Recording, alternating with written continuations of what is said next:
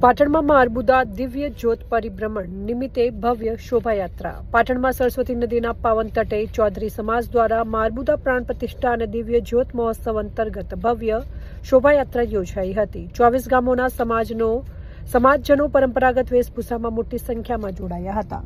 શોભાયાત્રા દરમિયાન સ્વભાષા, સ્વભૂષા, શિક્ષણ, સેવા, ભક્તિ અને એકતાનો સંદેશ આપવામાં આવ્યો હતો. સંત શ્રી બટુકબાપુ અને પૂજ્ય નાથીમાના આશીર્વચનથી કાર્યક્રમ ભક્તિમય બન્યો હતો. અતિથિ વિશેષ તરીકે કનુભાઈ ડી ચૌધરી ઉપસ્થિત રહ્યા હતા. 3 દિવસીય મહોત્સવમાં ધાર્મિક વિધિઓ, શોભાયાત્રા અને જળયાત્રા બાદ આવતીકાલે 23 ઓગસ્ટે મૂર્તિ પ્રાણ પ્રતિષ્ઠા અને પૂર્ણાહુતિ યોજાશે. સમગ્ર કાર્યક્રમનો મુખ્ય ઉદ્દેશ સમાજમાં એકતા, શિક્ષણ, સેવા અને સંસ્કૃતિના જતન સાથે નવી પેઢીમાં નવચેતનાનો સંચાર કરવાનો છે. અહેવાલ માનસિંહ ચૌધરી, પાટણ.